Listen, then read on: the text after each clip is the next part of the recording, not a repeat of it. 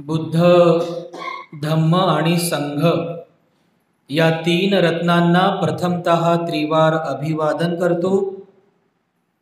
Bodhisattva doctor Babasaheb Ambedkar यांच्या समग्र धम्मक्रांतीमध्ये जीवनाच्या शेवटच्या श्वासापर्यंत समर्पित राहून आजच्या या मंगलमय प्रसंगी संघरत्न बुद्धविहार, मयूर पार्क, औरंगाबाद या ठिकाणी उपस्थित आपण सर्व धम्म उपासिका, धम्म उपासक आपल्या सर्वांप्रती मी अनंत मंगल कामना, मंगल आशीष अर्पण करतो आणि आजच्या धम्म देसनेला सुरुवात करतो। उपस्थितांनो, धम्म गुणांचा गौरव करीत असताना धम्मातील जे महत्त्वाचे 6 गुण आहेत त्या 6 गुणांचा गौरव आपण धम्म संस्कारामध्ये करीत असतो।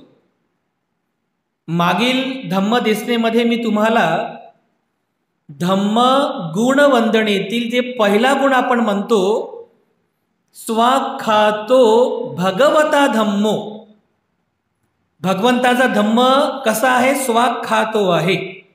आणि स्वाख्यातो म्हणजे काय, सुआख्यात केलेला आहे, चांगल्या पद्धतीने सांगितलेला आहे, चांगल्या पद्धतीने सुव्यवस्थित पद्धतीने समजावून सांगितलेला आहे। कुठेही असं डाऊट्स नाही आहे, शंका नाही आहे, उपशंका नाही आहे, एकदम क्लिअर, कोणीही शंका घेऊ शकणार नाही। प्रत्येक गोष्टीचं, प्रत्येक तत्वज्ञानाचं क्लिअरिफिकेशन, स्पष्टीकरण भगवान बुद्धांनी केलं।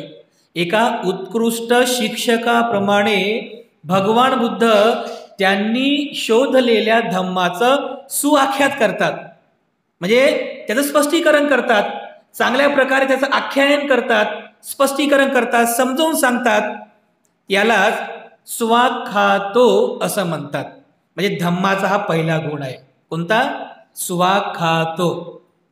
स्वाख्यातो भगवता धम्मो, भगवंताचा धम्म कसा आहे, स्वाख्यातो आहे। पहिला गुण आपण कालच्या धम्म देसनेमध्ये बघितला।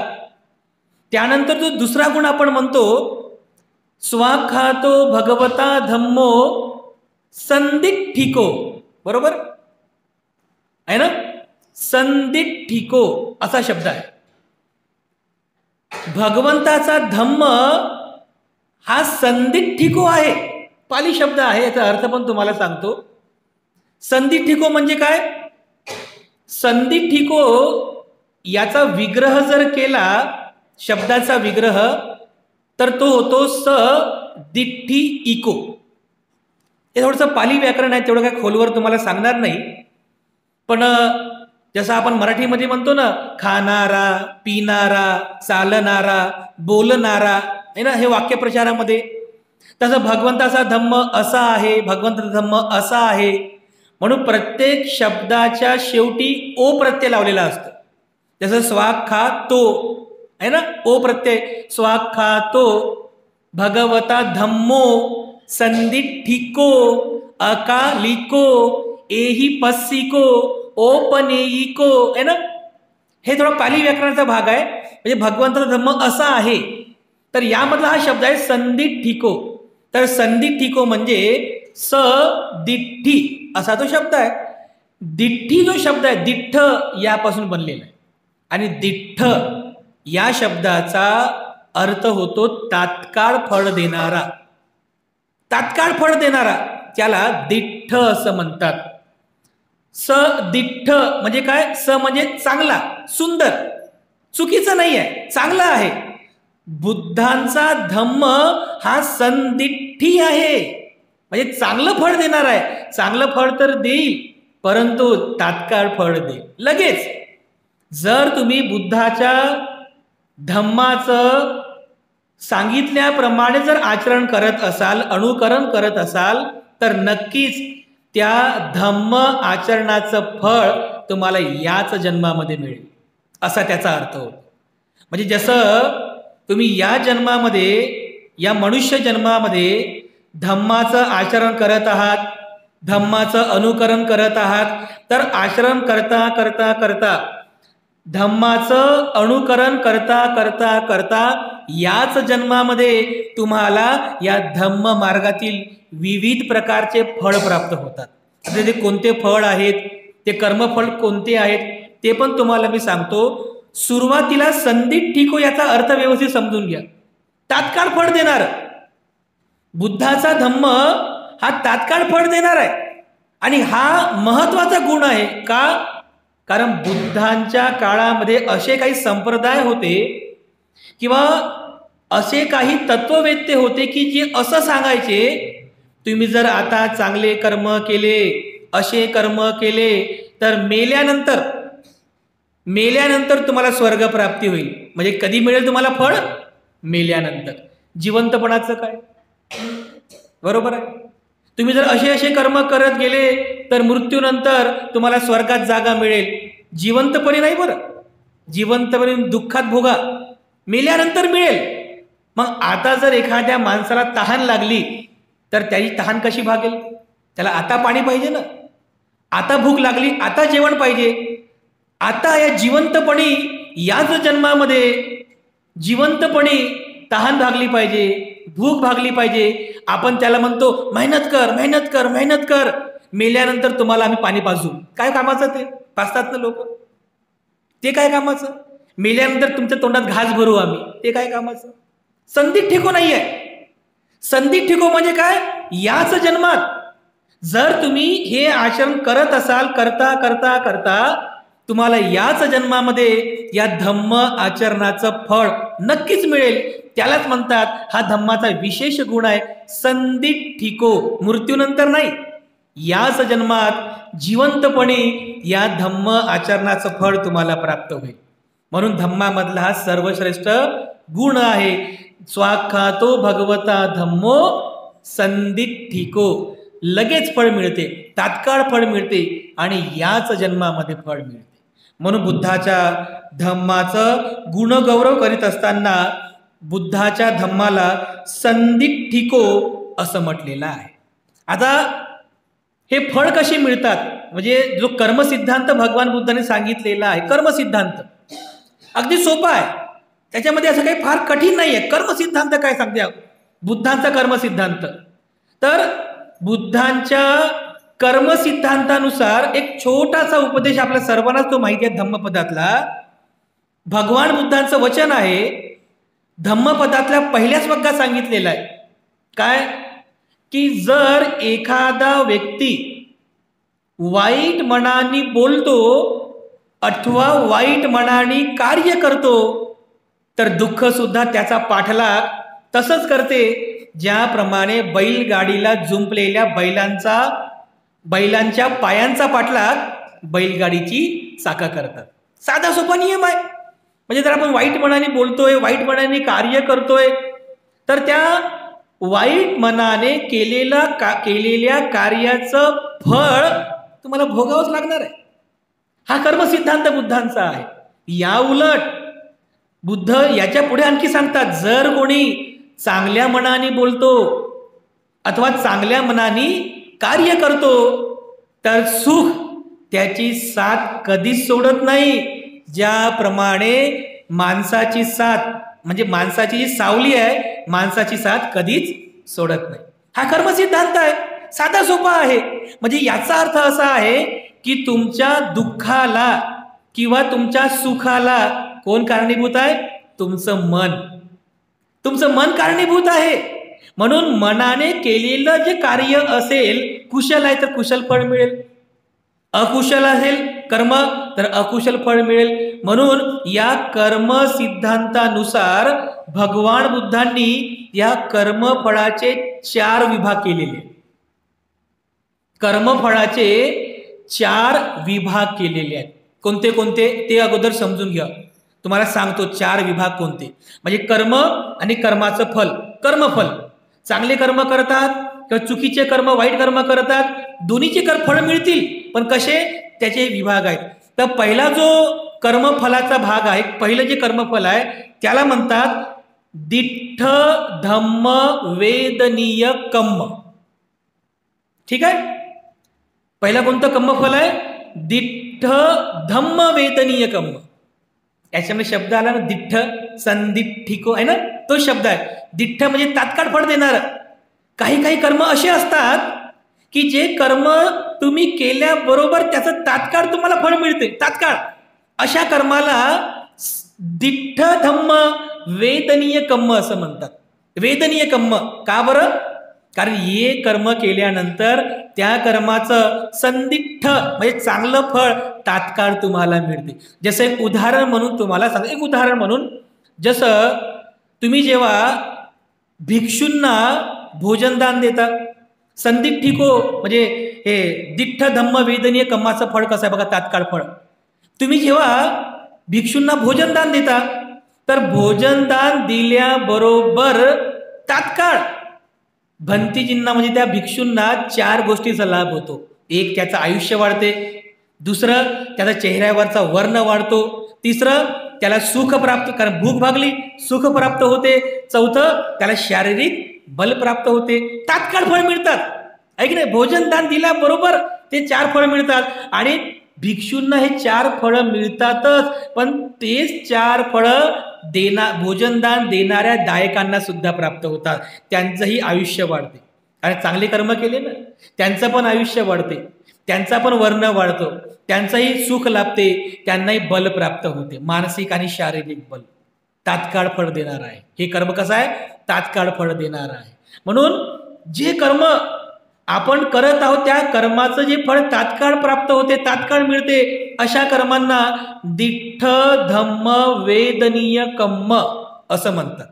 आता जर जेव्हा तुम्ही बुद्ध आणि त्यांचा धम्म ग्रंथ वाचताना, खूप वर्षापासून वाचता पण तुमच्या लक्षात येत नसेल, अनेक वेळेस तुम्ही हे वाचलेले आहे.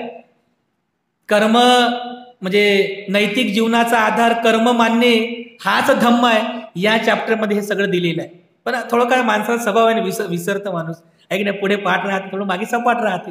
लक्षात ठेवलं म्हणजे नेहमी काय दिठ्ठ धम्म वेदनीय कर्म हे त्याच्यात सगळं स्पष्ट केलं बाबासाहेबांनी. हे पहिल्या प्रकारचा विभाग, पहिल्या प्रकारे दिठ्ठ धम्म वेदनीय कर्म म्हणजे तात्काळ फळ देणार. त्यानंतर दुसरं जे आहे त्याला म्हणतात उपपज्य वेदनीय कर्म. उपपज्य वेदनीय कर्म याचा अर्थ होतो कालांतराने फळ देणार. तुम्ही कर्म केलं, त्या कर्माचं फळ मिळेल, पण कालांतराने मिळेल, पण निश्चितपणे मिळेल. मग ते कर्म कुशल असो की अकुशल असो, त्याचं फळ मात्र तुम्हाला नक्कीच मिळणार. ते फळ तुम्हाला नक्की भोगावं लागणार आहे. पण जर कुशल कर्म असेल तर त्याचं फळ तुम्हाला भोगत असताना, ते फळ प्राप्त करत असताना तुम्हाला आनंद मिळेल, तुम्हाला सुख मिळेल. पण ते जर अकुशल कर्म असेल तर त्याचं फळ तुम्हाला तसंच मिळेल की ज्यामुळे तुम्हाला रडावं लागेल, रणकंदन करावं लागेल, पश्चाताप होईल. तर असे कर्म आपण करू नये. स्पष्ट लिहिलेलं आहे सत असत या चॅप्टरमध्ये. जे कर्म करीत असताना किंवा जे कर्माची फळं भोगत असताना माणसाला रडावं लागतं, पश्चाताप करावा लागतो, रणकंदन करावं लागतो, माणूस दुखी होतो, असे कर्म माणसानं बिलकुल करू नये. तर कर्म असेही असतात की ज्याचं फळ कालांतराने मिळते, कदाचित 1 महिन्यानी, 2 महिन्यांनी, वर्षभराने पण मिळेल. अशा कर्मफलांना उपपज्य वेदनीय कर्म असं म्हणतात. हा दुसरा कर्मफलाचा भाग आहे.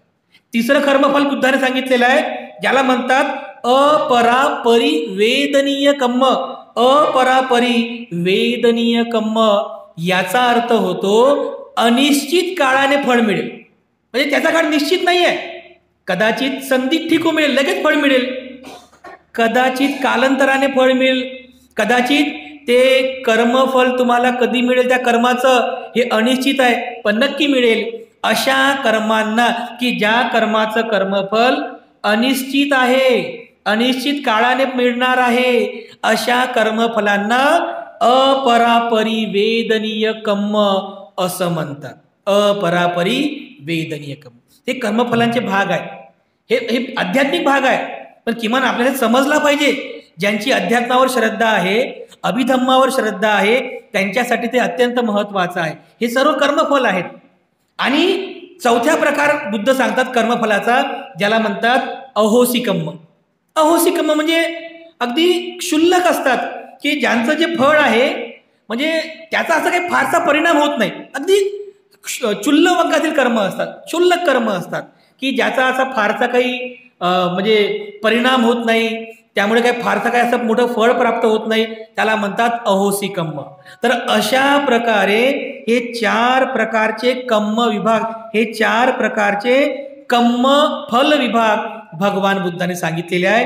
दिठ्ठ धम्म वेदनीय कम्म, उपपज्ज वेदनीय कम्म, अपरापरी वेदनीय कम्म आणि चौथा आहे अहोसी कम्म. तर अशा 4 कर्म फलांचा उपदेश भगवान बुद्धांनी केलेला आहे. पण याच्याही पुढे जाऊन भगवान बुद्ध सांगतात, जर एक व्यक्ती बुद्धाच्या धम्माचा अंगीकार करतो, तर धम्म कसा आहे? संदिग्ध आहे, तात्काळ फळ देणार आहे. तर तो साधक किंवा तो अनुयायी धम्माला समजून घेतो, त्या धम्माचं तत्व समजून घेतो. तर धम्म काय सांगतो आपल्याला?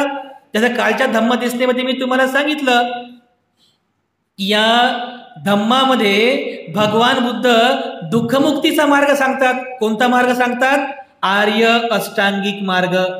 तर तो अनुयायी, तो धम्म अनुयायी, तो या आर्य अष्टांगिक मार्गाचं पालन करता करता करता आपल्या कायेचे कर्म, आपल्या वाचेचे कर्म, वाणीचे कर्म आणि मनाचे कर्म असं सुधारत करता करता करता सर्व प्रकारच्या कायिक अकुशल कर्मापासून, या आपल्या वाणीने होणाऱ्या अकुशल कर्मापासून आणि मनाने होणाऱ्या सर्व प्रकारच्या अकुशल कर्मापासून स्वतःला परावृत्त करतो. तर त्या अष्टांगिक मार्गाने जाऊन त्याला पहिलं फळ प्राप्त होते.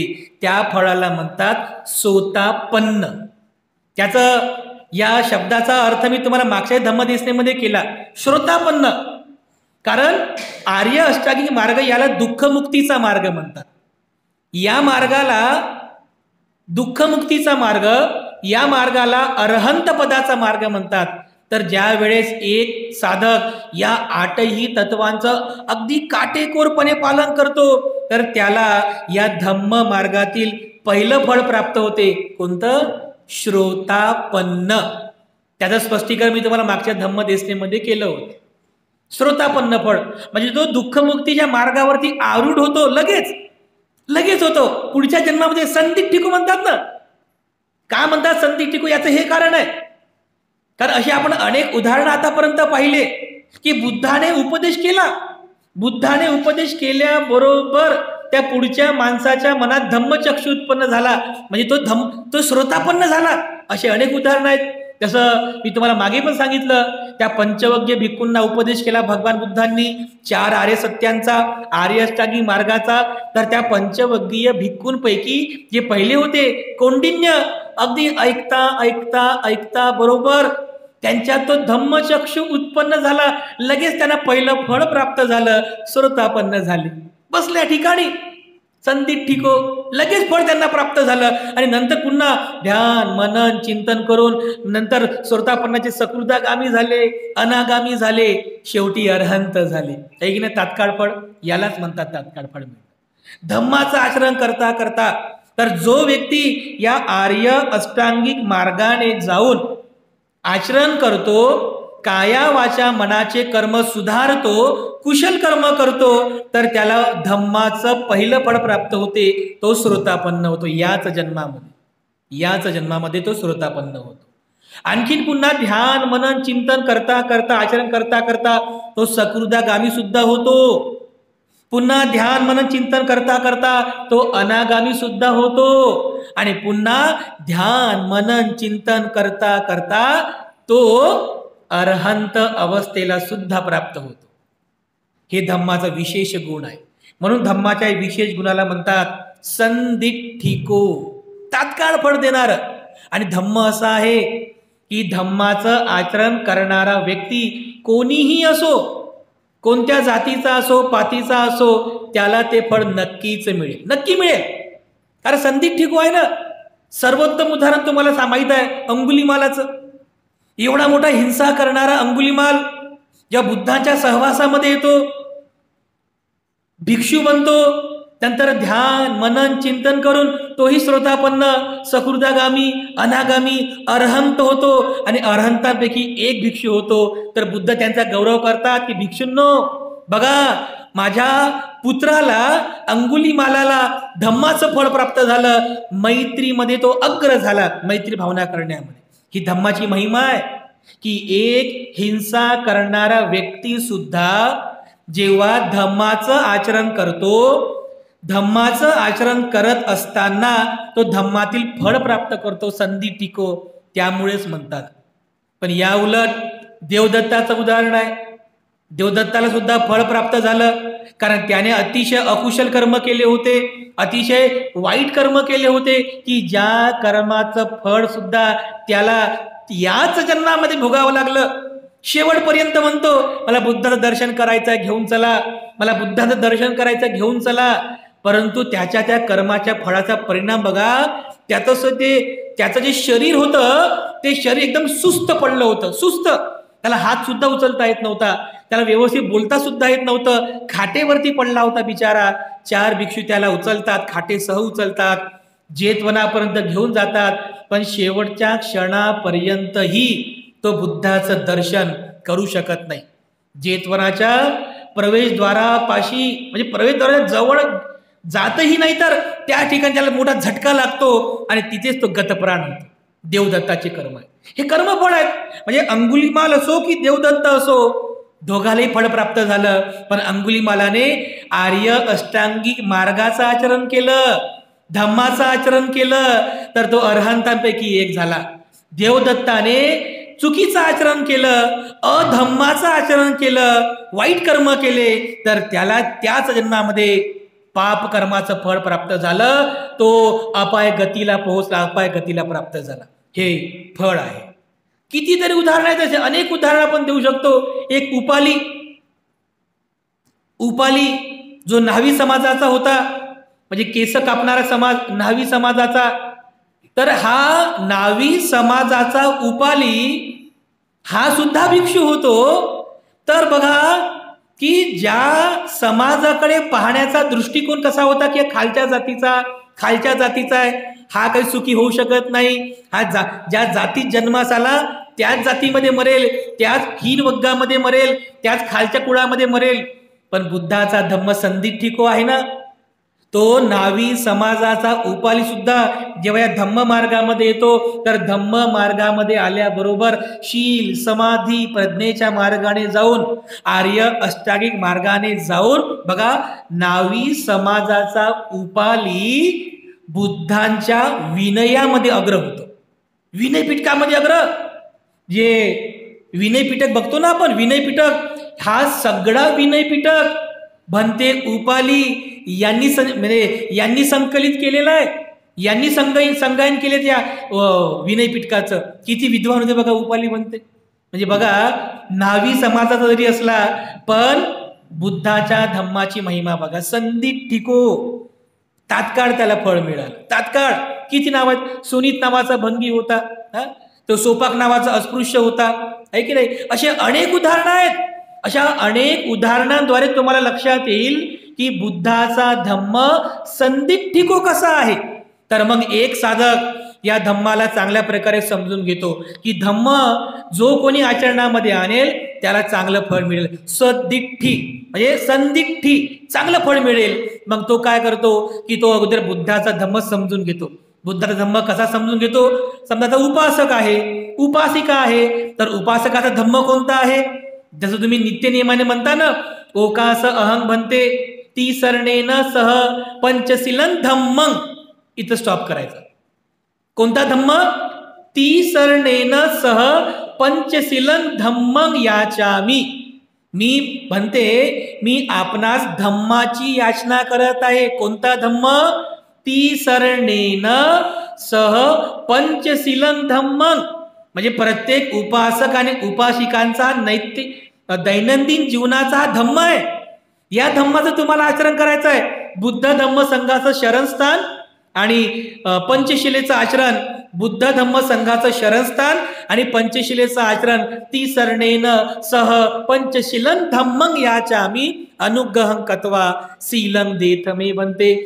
प्रत्येक उपासक आणि उपासिकांचा दैनंदिन जीवनातला धम्म आचरणाचा हा महत्वाचा भाग आहे. म्हणजे प्रत्येक क्षणाला तुम्हाला शील पालन करायचं आहे. हा तुमचा धम्म आहे. जर तुम्ही धम्मामध्ये परिपक्व व्हाल तेव्हाच तर पुढच्या पावलावर तुम्ही पाऊल ठेवाल ना. पुढच्या पायरीवर तुम्ही जाल की नाही. आणि यासोबत सोबत अष्टशील आहे. दर महिन्याला आपण पौर्णिमेला, चतुर्दशीला, दोन्ही अष्टमीला अष्टशील पण ग्रहण करतो. बरोबर आहे. ती सरणेन सह अठ्ठांग समनागत श्रमण जीवनाकडे घेऊन जाणारे शील आहे. त्यागी जीवनाकडे घेऊन जाणारं शील आहे. ज्याप्रमाणे आमचे भिक्षू जीवन जगतात त्याप्रमाणे त्या जीवनाकडे घेऊन जाणारे अष्टशील आहे. उपोषशील आहे. पवित्र जीवनाकडे घेऊन जाणारं शील आहे. तर तुम्ही अष्टशिलेचंही पालन करता. म्हणजे अष्टशिलेचं पालन करता करता करता बरोबर एक दिवस तुमच्यामध्ये ती त्याग भावना उत्पन्न होते. ते तुम्ही म्हणता की नाही, नच्च गीत वादित विसुख दस्तना माला गंध विलेपन. का बरं? कारण हे गृहस्थ जीवन आहे ना, हे सर्व याने म्हणजे व्यापलेलं आहे. जिकडे बघाल तिकडे नाचणं गाणं सगळं हे सुरू आहे. वादन वाजवणं सगळं सुखदायक दर्शन घेणं हेच आहे. पण एक साधक या सगळ्या मोह मायापासून, या सगळ्या लोभ लालसेपासून, या आसक्तीपासून हळूहळू आसक्ती विहीन होतो, दूर होतो आणि त्याच्या मनात त्यागाची भावना उत्पन्न होते. त्यागाची भावना उत्पन्न झाली तर तो बरोबर त्यागी जीवनाकडे वळतो. आर्य अष्टांगिक मार्गाचं पालन करता करता करता करता ध्यान मनन चिंतन करता करता संदिठ्ठिको याच जन्मामध्ये त्याला संदिठ्ठिको फळ प्राप्त होते. तो श्रोतापन्न अवस्थेला प्राप्त होतो. ब्रह्मदेश म्हणजे म्यानमार जे देश आहे ना, म्यानमार किंवा थायलंड वगैरे या देशांमध्ये श्रोतापन्न अवस्थेला प्राप्त झालेले काही भिक्षू आहेत, भिक्षुणी सुद्धा आहेत, उपासक आणि उपासिका सुद्धा आहेत. बरं, उपासक पण असतात, श्रोतापन्न अवस्थेला प्राप्त झालेले आहेत, उपासिका पण आहेत. पण काटेकोरपणे आचरण करावं लागतं. खूप काटेकोरपणे अनुकरण करावं लागतं. तर त्यांना नक्की त्या धम्माचं फळ प्राप्त होते याच जन्मामध्ये. भगवान बुद्ध याच्याही पुढे जाऊन सांगतात की जो कोणी व्यक्ती या धम्माचं म्हणजे तुम्ही शील पालन करता, या शीलाचं आचरण करतो, शील पालन करता करता मग पुढची पायरी कोणती आहे? समाधी म्हणजे कुशल चित्ताची एकाग्रता करतो.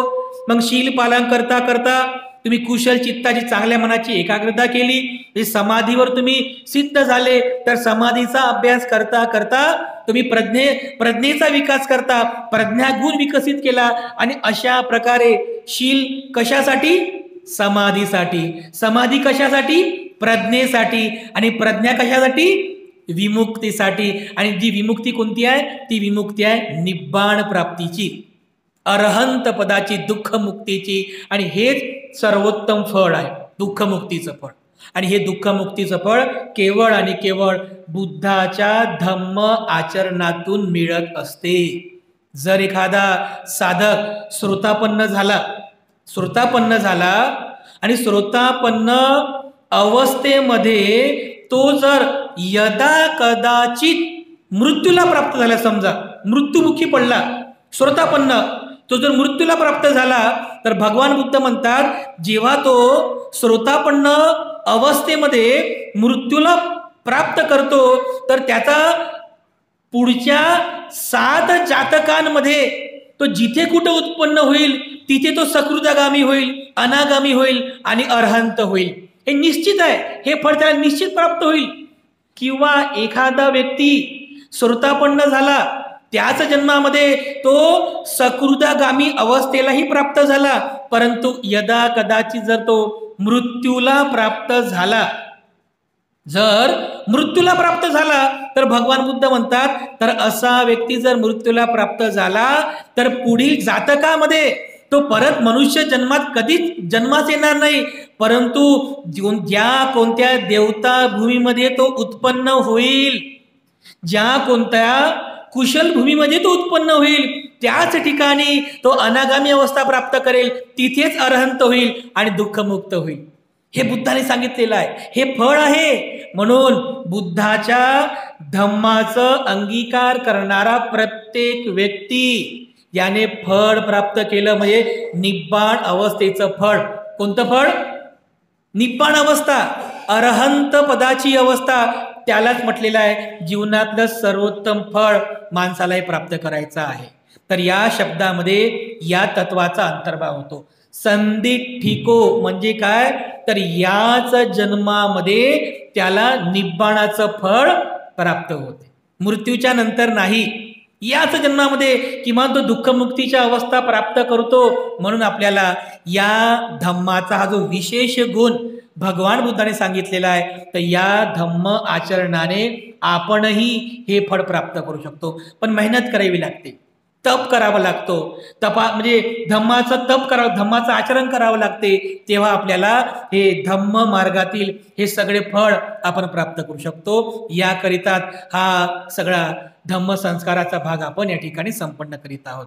त्यामुळे बुद्ध धम्मामधील हे सर्वोत्तम जो गुण आहे संदिठ्ठिको, बुद्धाचा धम्म तात्काळ फळ देणारा आहे, याच जन्मात फळ देणारा आहे, असा हा गुणकारी बुद्धांचा धम्म आपल्या सर्वांकरिता हिताचा आहे, सुखाचा आहे. हे आपण सर्वांनी खूप चांगल्या प्रकारे लक्षात घ्यावं आणि खूप चांगल्या प्रकारे आपण या बुद्ध धम्माचं आचरण करावं. कारण सरते शेवटी आपलं सुख आणि आपलं दुःख हे आपल्या चित्ताच्या अवस्थेवरती अवलंबून आहे. म्हणून चित्तावस्था चांगली ठेवा, चित्तामध्ये सदैव कुशल संस्कार उत्पन्न करा, अकुशल संस्कार उत्पन्न होऊ देऊ नका. शील, समाधी आणि प्रज्ञेच्या मार्गाने अनुकरण करा, नक्कीच धम्म मार्गाचं फळ आपल्याला प्राप्त होईल. तर अशा प्रकारे स्वाख्यातो भगवता धम्मो संदिठ्ठिको हा दुसरा गुण आज आपण बघितलेला आहे. बुद्धाचा धम्म संदिठ्ठिको आहे, म्हणजे काय? तात्काळ फळ देणारा आहे. तर अशा संदिठ्ठिको धम्माला सुद्धा आपण अनुसरण करावं. यामध्ये आपल्या सर्वांचं मंगल आहे, सर्वांचं कल्याण आहे. तर आज मी पुनश्च एकदा आपल्या सर्वांप्रती अनंत मंगल कामना अर्पण करतो आणि तथागतांच्या आशीर्वाद गाथेमध्ये आपल्या सर्वांप्रती मंगल कामना अर्पण करून आजची धम्मदेसना आणि धम्म संस्कार समाप्त करतो.